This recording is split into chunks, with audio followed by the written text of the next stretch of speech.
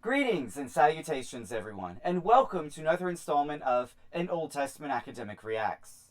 Well, we're actually going to take a bit of a departure from our normal content this week and turn our attention to a recent debate between James White and Dr. Leighton Flowers. Now, the topic was John 6:44 and unconditional election. However, for our purposes here, we're going to focus on some strange and puzzling remarks at the hands of James White, who said that the verbs in John 6:45 were passive, which in fact the Greek verbs are in the active voice. More importantly, they're in the aorist active indicative.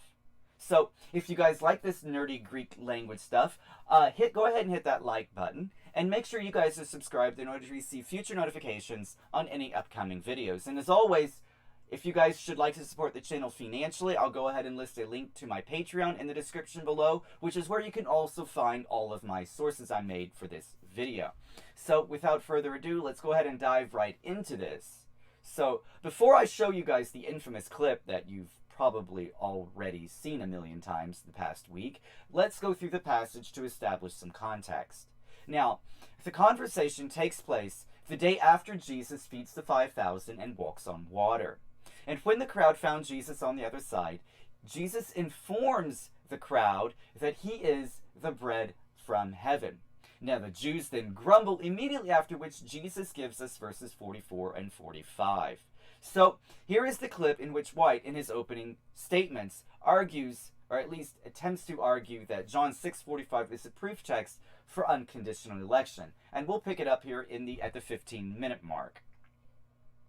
The prophets, and they shall all be taught of God. There is a specific group here. There's a specific group. They are those that are drawn by the Father to the Son. And he says, here's where the prophets were saying that. They shall all be taught by God. Please notice, they are the passive recipients of the action of God in teaching. It's not that he's just throwing it out there and then they will accept or not accept whatever else. No, they are the passive recipients of the teaching of God. And then that's also described in the one hearing, passive action. Something is coming to you from outside. The one hearing from the Father and learning from the Father, passive action, something coming from outside, is what? Coming to me. We already saw. All right, guys, there you go. That's the clip. Now, before diving into the grammar, I should also like to exert my dominance of superior knowledge of the Greek and read both John 6:44 and 45 in the Greek. So, here we go. I'm going to read 44, John chapter 6, verses 44 and 45. Udes dunatai elfen pros mean me hopater hopemsas me elkusai auton. Kago anasteso auton endai eschete hemerai. Estin gramenon endois propetais, ca esontai pantes didactoiteu, pas ho accusas para tu patros kai maton erchetai pros emme. So that concludes the verse in the Greek. Now, whatever systematic theology you may hold makes no difference to me, but White's words here in John 6:45 are rather puzzling, to say the least. Furthermore, White has cleverly bent the grammar in a poor effort to mold the Greek grammar to fit the doctrine of unconditional election in this verse, which would baffle scholars of Koine and classical Greek. Now, I think what White attempted to convey here was that those who were hearing were in fact listening, hence the passivity. However, there is more going on in the passage, which is that the verbs there for to listen and learn have a connection with the latter, the verb to learn, requiring effort, or at least more effort, from the agent. White defends his argument, stating that akousos, to hear, is an aorist active participle. In fact, that one article is functioning for both participles, and Flowers is simply an error, not only in missing the form of the words, but in missing the entire point of how didaktoi, akousos, and maton, teaching, hearing, and learn, are shown or presented in the verse. Moreover, the words which are akuo, to hear, and mantano, to learn, refer to actions of receipt, and I think he meant receiving rather than receipt, and not production. They are passive, and not in grammatical form, but in lexical meaning. Hence, the entirety of his response is in error, and this demonstrates that everything he said about other scholars is based upon his own misunderstanding of these basic issues. Those are White's words. Unfortunately, though, this seems rather disingenuous not only to Flowers, but to the grammarians of ancient Greek and scholars of ancient Greek as well. Additionally, White seems to have a fundamental misunderstanding of Greek aspect. The text in John 6 verses 44 and 45 reveals active participation at the hands of the agent, and that they are performing an action outwardly, hence the active voice. Moreover, akuo, the verb to hear, and manthano, the verb to learn, are aorist participles in the indicative active voice, which is nothing more than a fancy grammar rule for past tense. That is to say that they are not in the passive, which would have been in the middle/passive voice. Additionally, the only verb in the middle/passive voice is the verb erchomai, which means to come, and it's in the infinitive, which means it's in the middle voice and not the passive. So, it is rather bizarre that White would argue that, though the verbs are in the active, the agents are passively receiving the action, which in this case is hearing and learning. It's very puzzling. Furthermore, Dr. Koretko has revealed recently in another video on what your pastor doesn't tell you or didn't tell you, and he states that the words akuo and manthano, to learn, or to hear and to learn, have a distinction, and that the latter, to learn, requires more output from the agent, which is to say that the agent must do more when learning as opposed to hearing. In other words, the agent is doing more than passively taking in info, making the action there in John 6:45 active. Koretko buttresses his argument by using Polybius from his work entitled Histories in Book 3, in which Polybius himself notices the distinction between the words there, akuo and manthano, explicitly stating that there is more work involved for the agent. Dr. Koretko also rightly points out that White should have supported his assertion with a source, which is what you do in debates and scholarship, which seemed to be lacking in his opening remarks concerning this claim in John 6:45. Unfortunately, equally confusing here were Flowers' remarks on the word helko, for to drag or carry.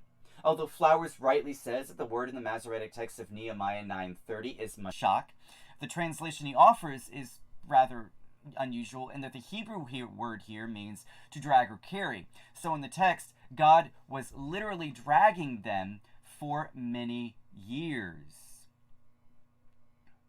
The translation, though, in both the NASB and the ESV has bear and warn, respectively, whilst the NIV, or the New International Version, has to be patient, which I think fits the text more rather than draw. God wasn't drawing them, though, but rather enduring or bearing with them, which is what I would agree with the NASB in this instance, and that God bore or endured them for many years, based on the passage in Judges 5 verse 14, in which Deborah and Barak sing, "From Ephraim, their root, they marched down into the valley, following you, Benjamin, with your kinsmen. From Machir marched down the commanders, and from Zebulun those who bear their lieutenant's staff." Now, I don't think that this harms Flowers' argument, considering his point later reveals that Israel heard and learned, but rejected the message they were taught. However, what the writer in 9:30 is conveying is patience and endurance rather than drawing. Now, in his book, The Potter's Freedom, James White makes the claim that John, as is his custom, refers to Christians as the believing ones, thos pisteuon, the believing ones. English translations, these are White's words again, English translations normally miss this point, or this important element of John's gospel, between true saving faith, which is almost always expressed through the tense indicating an ongoing, or present tense, which is indicating an ongoing living faith, versus false faith, which is almost always placed in the aorist tense, making no statement about its consistency or vitality. It is literally even to those who are believing in his name, or the believing ones who believe in his name. The term believing is a present participle, again White notes. This is rather problematic, though, for White, considering that several verses include the aorist, such as John 20 verse 33, in which the verse contains one verb in the aorist twice, namely pisteuo, However, what White fails to see here is that this verse is talking about believers and not false faith. Moreover, in a recent video between Flowers and Corrico, they noticed that White seemingly thought that Flowers made a distinction between who draws the Father or the Son, to which D.A. Carson, in his commentary on John, counters. Carson states, the combination of verses 37 and 44 prove that this drawing activity of the Father cannot be reduced to what theologians sometimes call prevenient grace, dispensed to every individual. For this drawing is selective, or else the negative note in 44 is meaningless. Carson again notes to say that the context shows rather clearly that John 12:32 refers to all, or pas, men without distinction rather than all men without exception. Yet despite the strong predestinarian strain, it must be rather insisted with no less vigor that John emphasizes the responsibility of people to come to Jesus and can excoriate them for refusing to do so. Carson here acknowledges that there is no distinction in these verses in relation to John 12:32. In conclusion, White seemingly makes an unusual and fundamental error of grammar in John 6, verses 44 and 45, in that he erroneously avers that the agents were passively hearing and learning, giving a distinction between the lexical and grammatical meanings.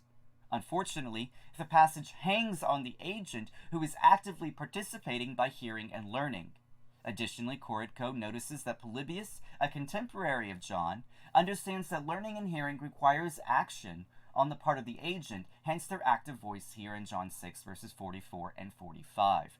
Although Flowers is mistaken in his interpretation of the biblical Hebrew word mashak, it is superfluous to White's fundamental misunderstanding of Greek aspect in this respect.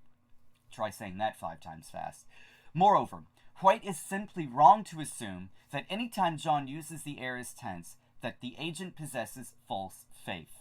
John 20, verse 31 reveals that this simply is not the case.